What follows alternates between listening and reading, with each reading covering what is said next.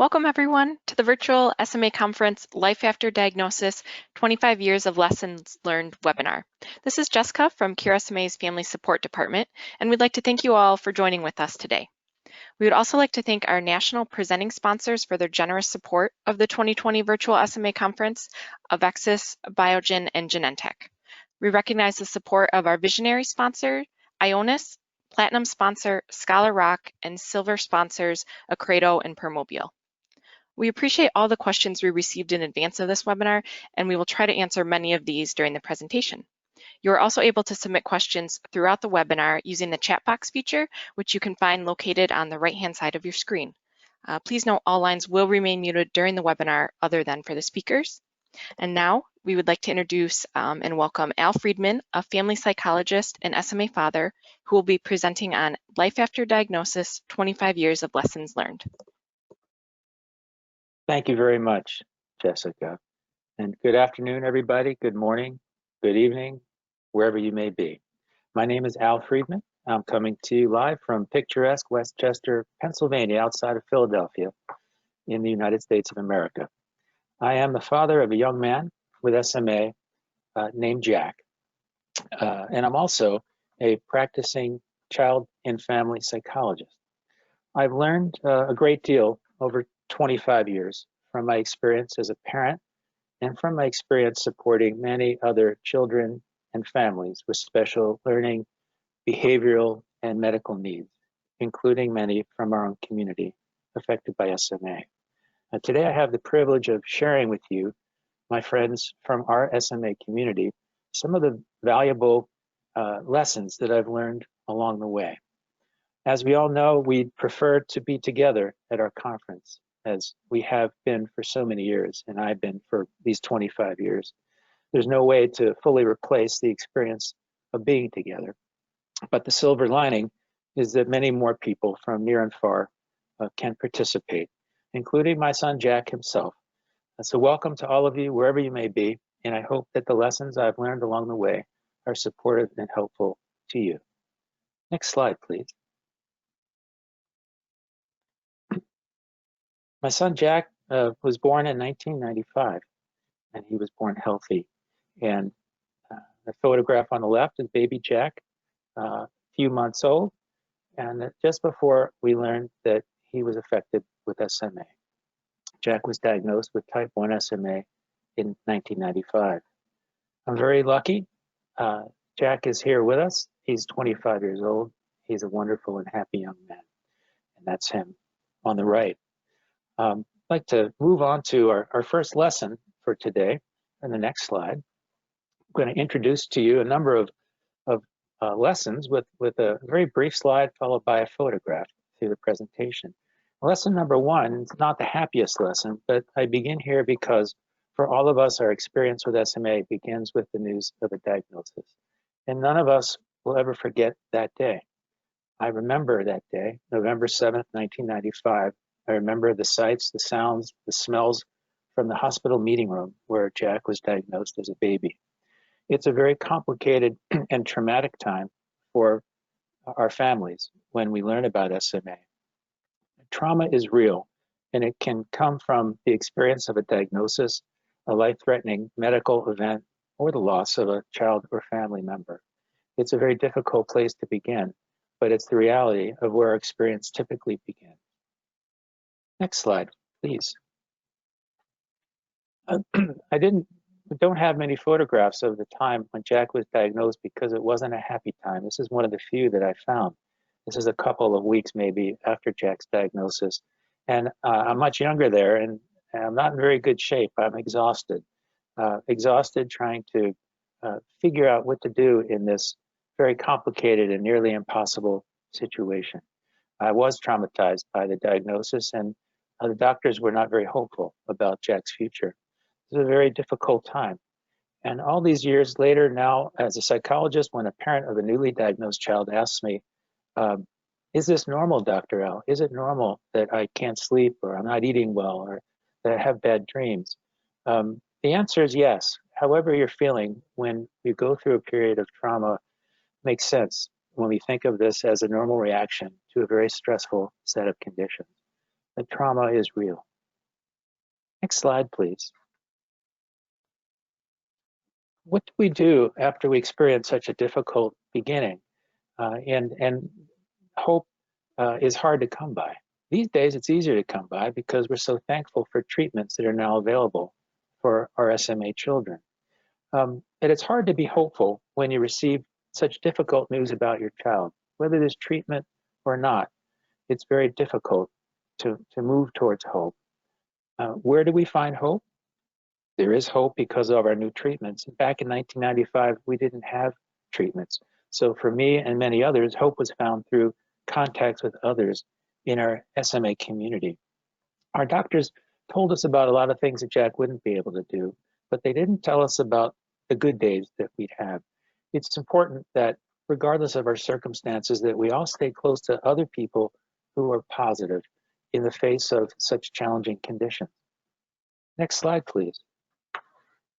One of the many people early on who gave us hope was an adult named June Price, who lived in Milwaukee. She took the time to befriend us and to befriend little Jack, and she showed us around her place that she lived and explained that she was a happy, independent person, and she was very accomplished. She gave us hope, and so did many others in our community. Jack had a long day there, and he wasn't too excited by the time we took the picture at the end of the day, but I'm glad that we did, because June was, to me, a role model who provided us with guidance and direction. And because of her and many people like her who provided me hope, I like to try to pass that on to others and stay connected to people who are hopeful together with us.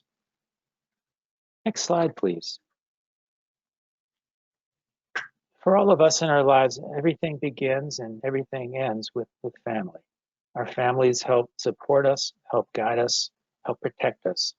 When we are faced with challenges that come with SMA, we all need the support of our families. Next slide, please.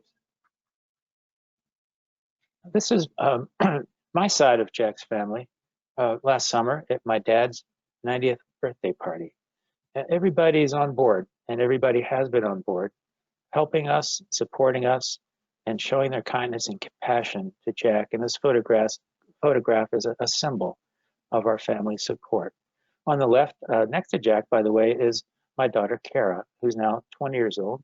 And when you come to the conference, you'll find her in the child care room, helping other SMA-affected children. I'm very grateful for the support that we've received from our families. Family really does matter. Next slide. Next lesson, please. An extension of family is community. Communities strengthen and support us. I've learned through all these years that we receive support from our neighborhood communities, our school communities, our faith communities, and our work employment communities. People want to help. People sometimes don't know how to help, so we sometimes need to give them direction about what we need and how they can help us. It's said that there is strength in numbers, which is very true. Another very special community, along with all the other communities that we have locally, is our Cure SMA community. Next slide, please. And this photograph was taken at our Cure SMA conference just last summer in California. There are strength in numbers with our own very special SMA community, and I've been so privileged, along with my friend and partner, Angela Rigglesworth, back in the right corner of that photograph, to co-facilitate our Kids Talk It Out groups within our own very special SMA community.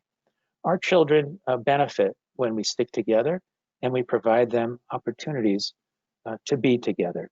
And our children teach us so much about what it means to them to be part of this community, which is so unusual. And our opportunities to be together are so unusual. Angela and I are missing very much seeing all the beautiful children this year that we have seen for so many years during these sessions as part of our very special SMA community. Communities do strengthen and communities do support, and we're very lucky to have all the communities that we have. Next slide, please. Now, with SMA comes a number of medical challenges. We all know that. Some are big, some are small. but we can't be without doctors. We need our doctors to help us. I learned early on, and I've learned through the years, that doctors know a lot, but they don't know everything. And every one of our children is different. Doctors are people too. They have different personalities, they have different styles, they have different approaches. Some are really, really helpful, and some maybe know less about SMA and aren't as good a match for us. But we need our doctors. We need to remember that our doctors are people too. They have stresses, they have families, they have challenges in terms of the working conditions that they're working under. And we want to do our best to support our doctors and work together with them as a team. We also have to remember that we aren't doctors. We aren't doctors, parents aren't doctors, and SMA patients aren't doctors. And so it's hard for us to view our own situations as objectively as doctors can. We know ourselves and we know our kids as well as anybody, better than anybody, but our doctors are important for us, and they're people too. Next slide.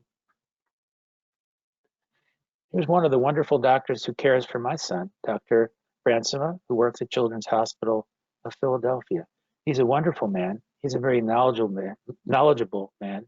He's a very helpful resource to us. And he takes his own time to come to our events. This is a walk and roll event in Philadelphia a year or two ago.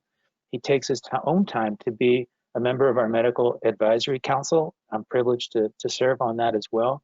And he takes his time to offer workshops as part of this conference and part of our conferences each year.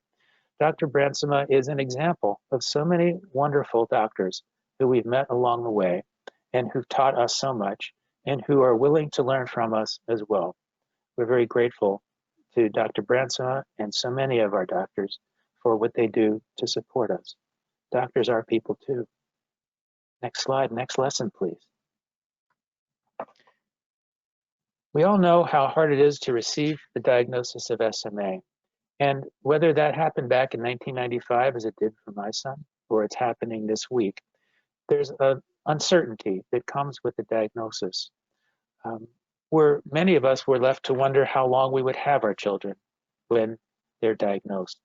Living with uncertainty is very, very complicated. It cuts both ways. On one hand, we understandably worry about the future.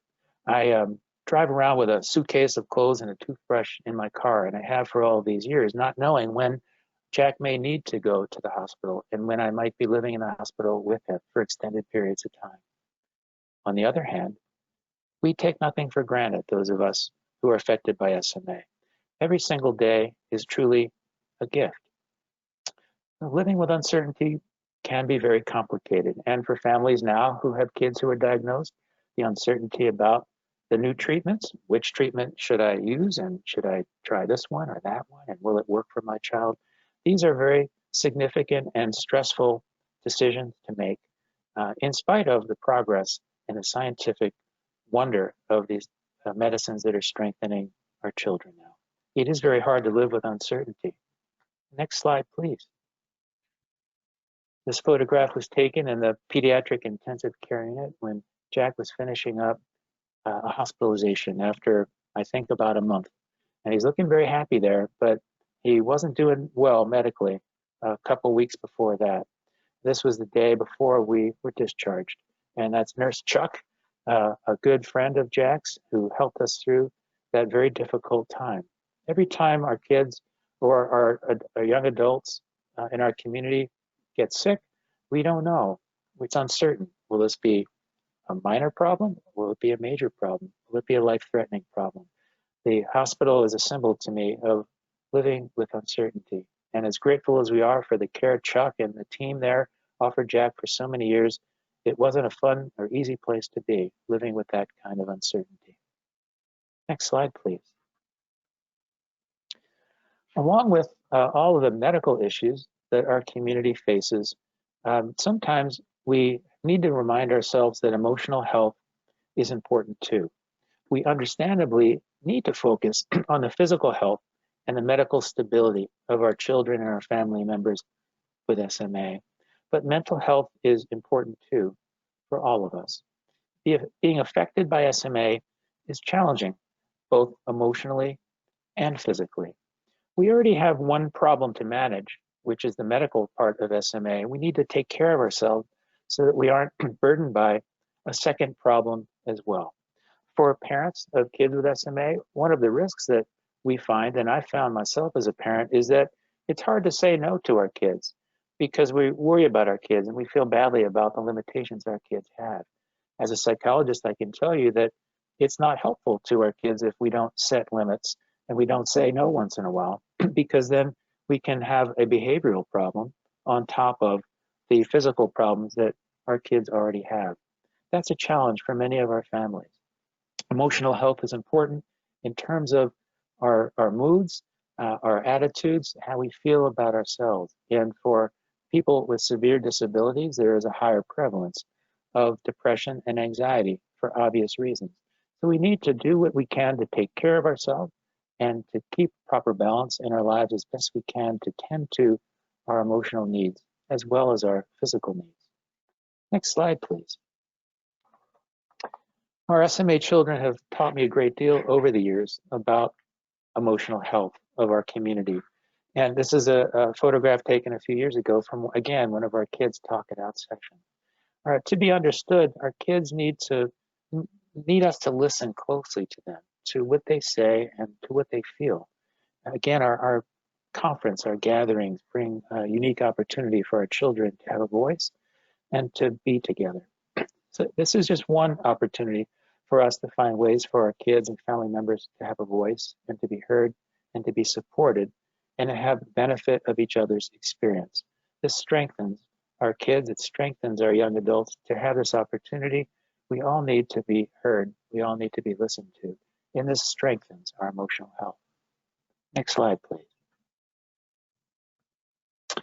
In all of our lives, with or without SMA, friends make a huge difference. Do we and have we felt included? Or do we and have we felt excluded? Who can we really count on? Who can you really count on when you need support? Who sticks with us when the chips are down?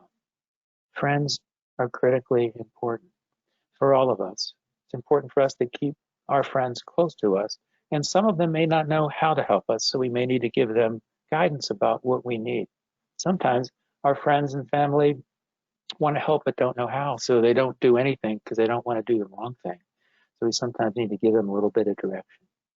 Every year, we hear stories at our conference from our kids in that same Talk It Out group about their friends who want to help them, who stick with them, who listen to them, who pick things up when they drop things and they can't reach them from their wheelchair. Every one of our children in our SMA community has told us stories about a special friend who means the world to them and who sticks with them through thick and thin. Friends make a huge difference. Next slide, please. Jack, if you're watching now, I know you're smiling ear to ear like you did in this photograph. This was my son's senior prom from high school. And he was asked to the prom by one of those young ladies, and his friends in high school and all the way through school stuck with him. Jack felt and was included every step of the way when he went to school and when he's out in the community. And this has been a beautiful experience for not only him, but for the friends who he has, friends who are connected to those of us in the SMA community, benefit as much from their friendship with us as we do from them. Next slide, please. We are creatures of habit in the SMA world. We need our routines. We need our routines to stay safe and have things go smoothly. So change is more difficult for us than for the average person. When we have our kids begin school, when we move to a new school, when we graduate from school, when we go in the hospital, out of the hospital, we move to a new house. Every trip we take is an adventure. Every birthday is a milestone. Every change is a new challenge and brings a new challenge.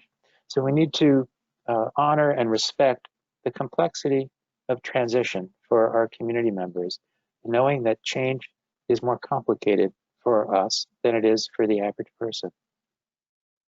Next slide, please. This is a photograph I found from the end of middle school for Jack. This was a very big transition. And as you can see, he's surrounded by his friends and a teacher. Part of the group was a relatively small group in the middle school. It's the way they organize things. And in this case, using this example, I remember as a parent worried, how was high school going to go?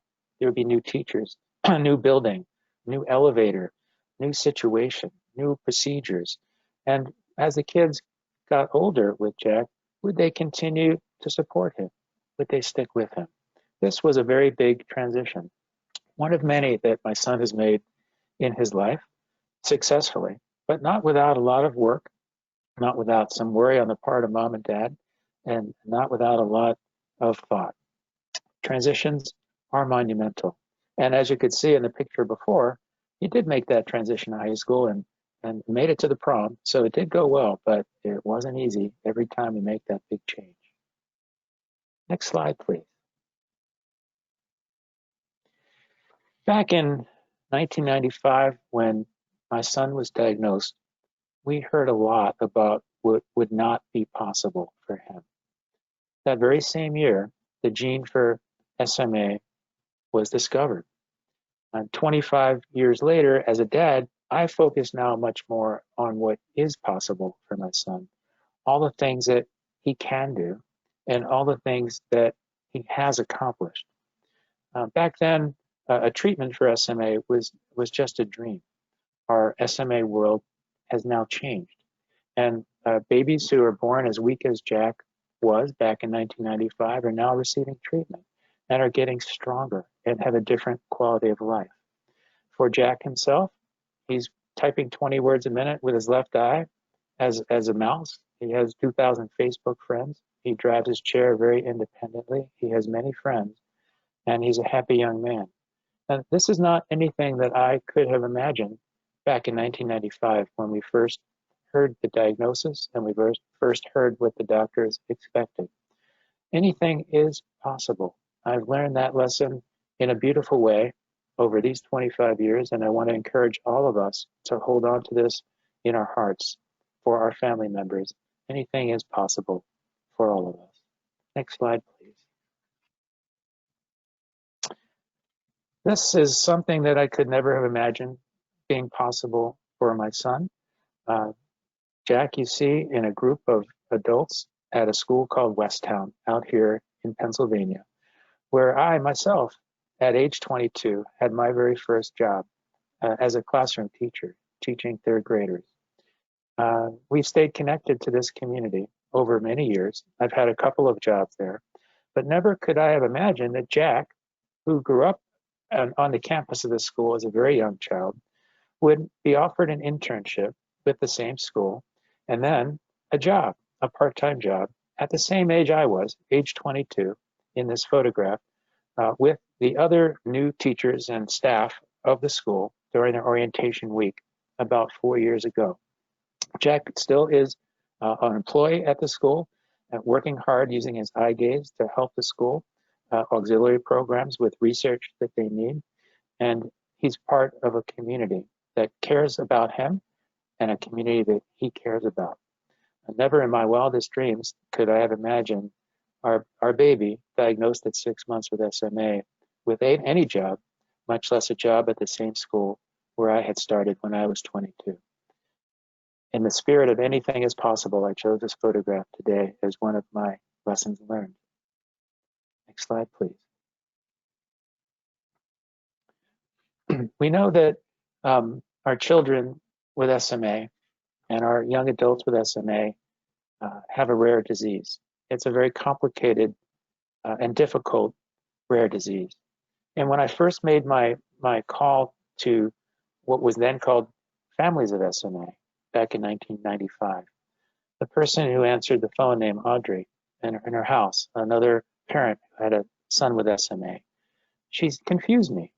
After we talked for a little while, 4 days after Jack's diagnosis, I was confused when Audrey said, "Your baby is a gift."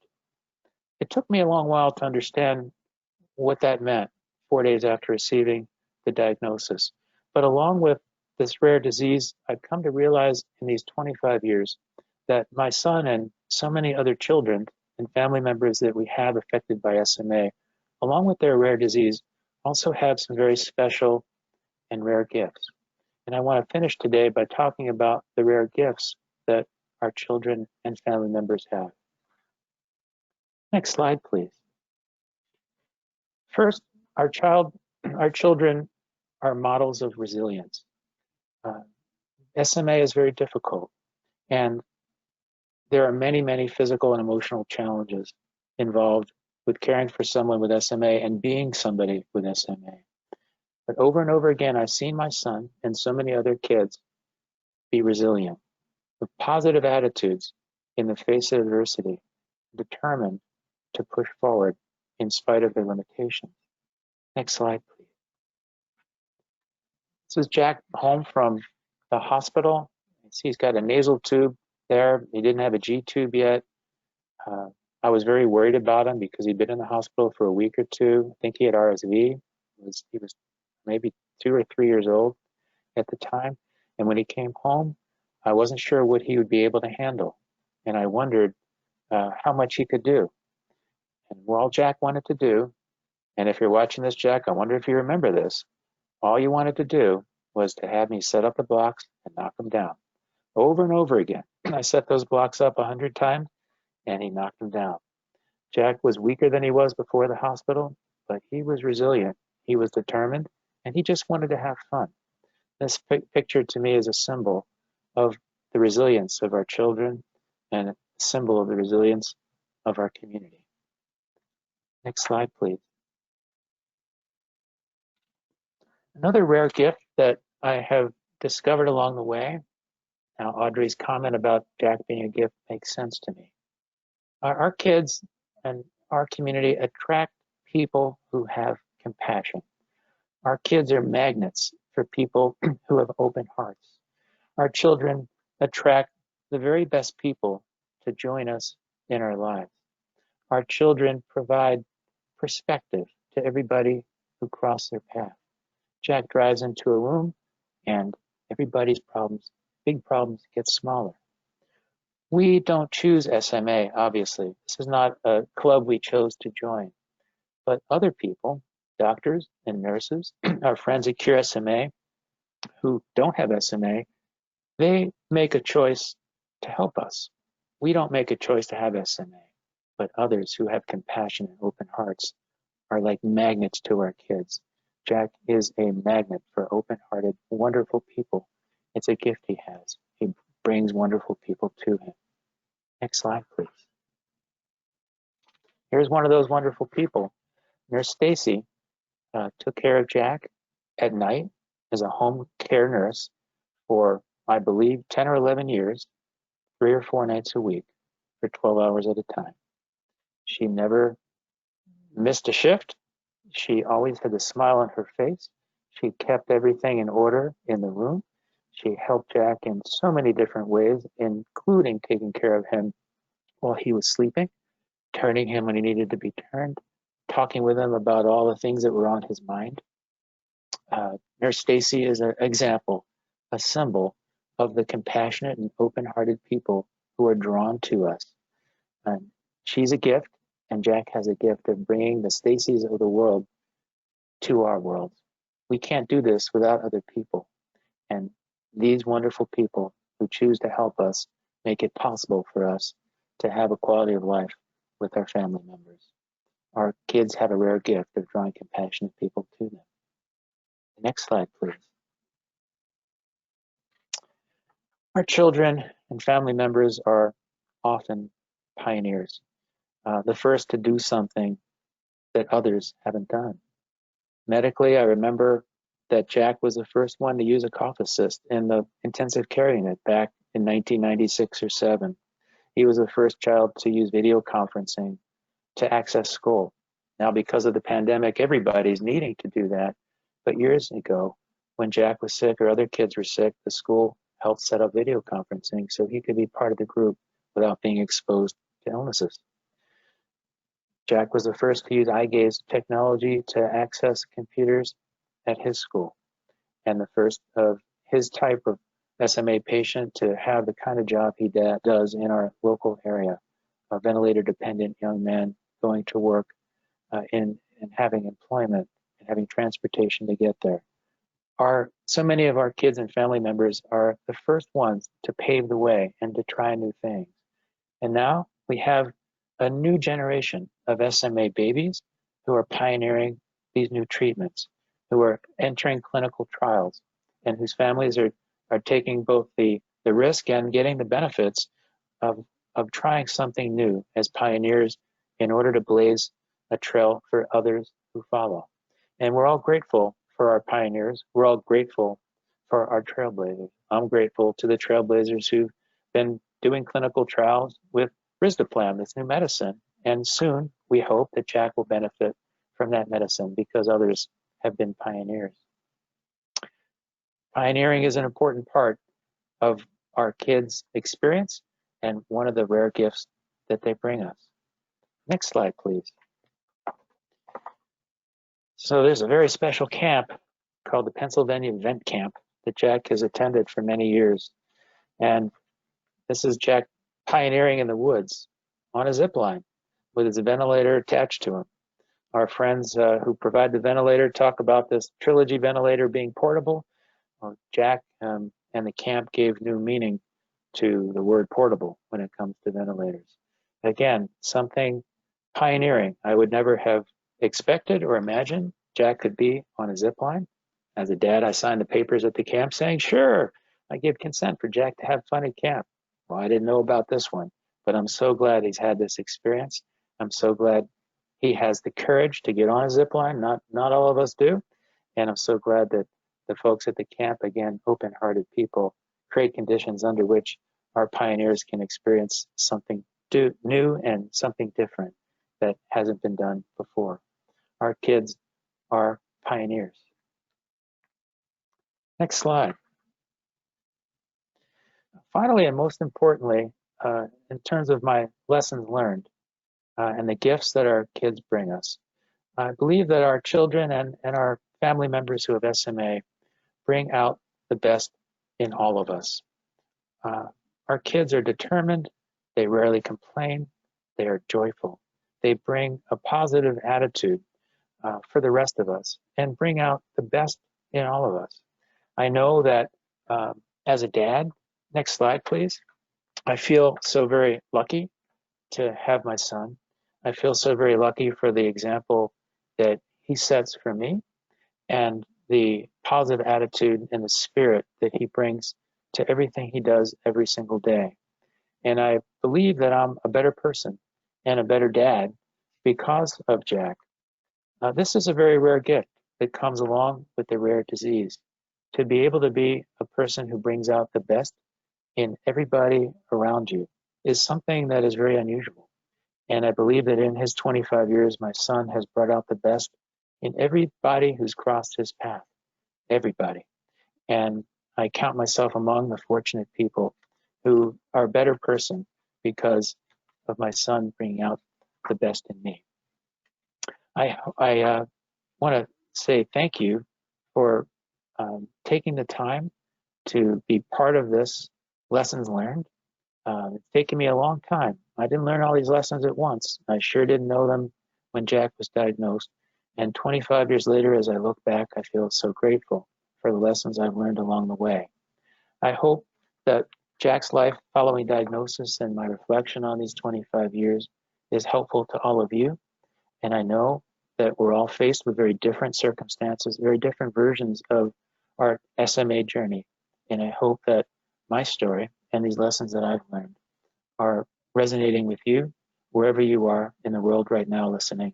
And I'm very grateful for the opportunity and the privilege to be able to share my experience, both as a dad and as a professional, with our community. Thank you very much for taking the time. And I think we have another slide behind this one. Let's see what it is as we finish up here. Oh, it is time for questions. And I'd be more than happy to respond to questions that you would like to ask me now. And thank you again for the time and your attention during your busy worlds. We're all very busy. Thank you so much. Thank you so much, Al, for your incredible presentation. This is Colleen from Cure SMA, and we would like to address some questions now that have come in from our attendees. The first one that we wanted to ask is, what is the most common issue that people come to you with, or that you see surrounding the emotional health of individuals and families with SMA? Thank you, Colleen. That's a great question. Over the years, I would say that there are two kinds of questions from parents. For parents and their emotional health, parents often ask me again what I said in the beginning of the presentation: is it normal? Is this normal that I'm feeling the way I'm feeling? Is it normal that I can't eat or I can't sleep or that I'm crying or that I'm sad or I'm having scary dreams? Is this normal? Is the question I'm asked often. And the answer to that question is usually yes.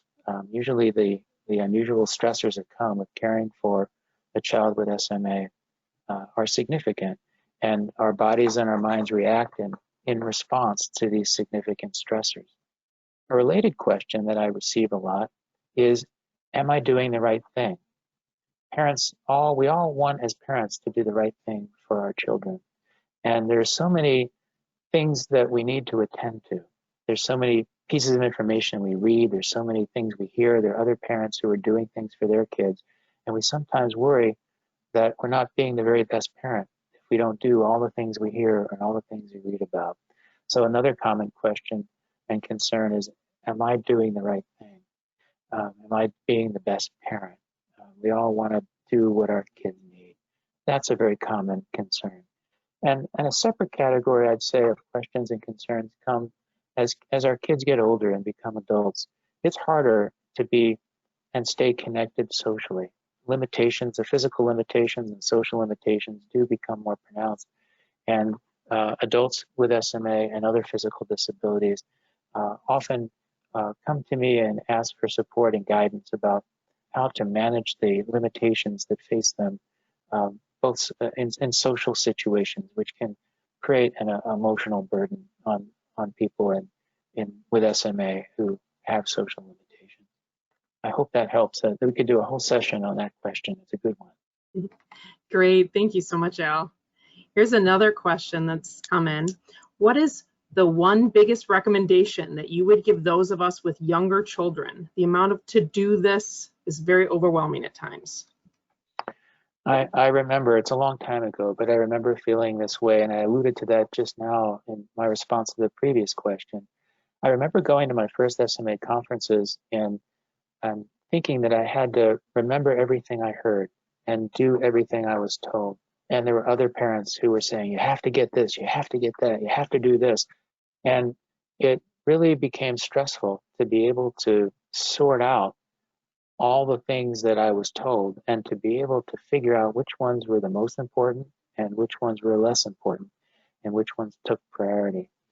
So to this question, I would say it's important to remember that we can only do one thing at a time, and that we can't do everything at the same time, and that there are things that are more important and there are things that are less important.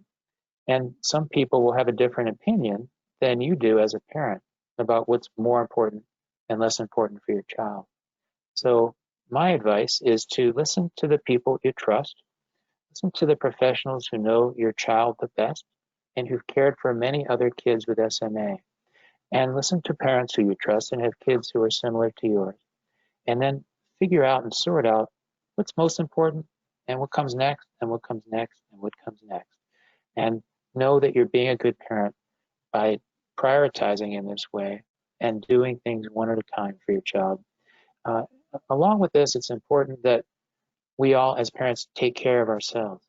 If I did every single thing that I was told early on, I wouldn't have any ability to take care of myself. I wouldn't be able to stay healthy for Jack and for Kara.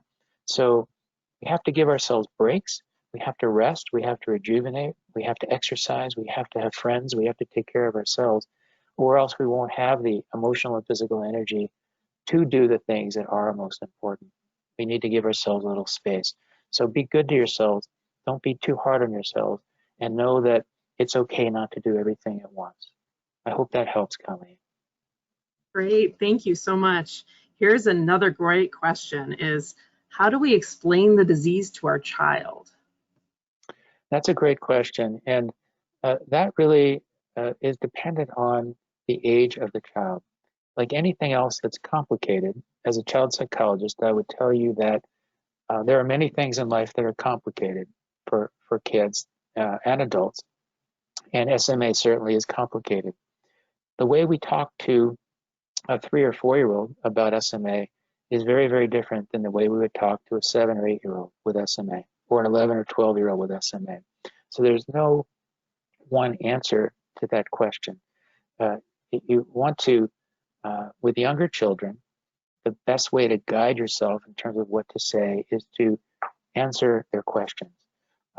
Parents are helped by listening to what our kids ask us and then follow them into their conversations by the questions they ask us and talking in a language that younger children understand. When kids would come up to Jack when he was younger, and even now, younger kids, and would point at him and say, "What happened?" If they're little kids, 3 or 4, I would always make a muscle, and I'd say, "Make a muscle with me," and explain that they can make a muscle, and they have strong muscles, but Jack has weak muscles. And so for a 3 or 4-year-old, that made sense. But a more complicated explanation that was scientific or that got into genetics or anything else wouldn't have made sense. So we have to answer the questions that come and respond based on the age of our kids. Again, that could be a whole separate session I'd be happy to help with, but hard to go through all the different scenarios in terms of how to talk about SMA at different ages. I hope that helps to start, though. Great, thank you so much, Al. And we have one final question that's a really great question as well, and probably quite a common one. It says, my son is now 30 years old. I find myself at a bit of a loss after being an advocate for him for his whole life. And he is now on his own and doesn't seem to need or want me in this capacity anymore. It's difficult to let go. What do you suggest? This is, as far as problems go, I think it's probably a good one, but it is hard. It's hard for us as our kids get older and they become more independent, that they start to make their own decisions. And our relationships with our kids change as they are older and become more independent. And because in this case, the parent who asked this question was obviously so involved with the care of their child, as I am with my son, it's very hard to make that change from being so involved to not being involved at all. My suggestion for a parent in this situation would be to continue to stay connected with your adult child and to ask him or her, what can I do to help you? What do you need? I'm here for you. I'm still your parent, and I love you, and I miss you, and I want to help. So please let me know how I can help and what I can do to be the best support. And sometimes adult kids, adolescents even, will not need help or say they don't need help, and they'll come back later because there'll be a time when they do. I'd be happy to talk to this parent as I can relate with a young man, 25 now. I understand why this is complicated, and as you give up the responsibility for the care of your child, it's hard to know how to make that change given the life that we've led. I hope that helps them. Thank you so much, Al, and thanks again for your time and your presentation today. And thank you to everyone who participated and listened on today's webinar. You'll all be receiving a follow-up email with a survey link, and we would greatly appreciate your feedback. We appreciate the support from our sponsors for making this virtual SMA conference possible. If you have any additional questions after this webinar, please reach out to conference@curesma.org. Have a great day, everyone, and be sure to check out the Cure SMA conference webpage for all the upcoming virtual SMA conference, educational, and networking opportunities. Thank you, everyone. Thank you.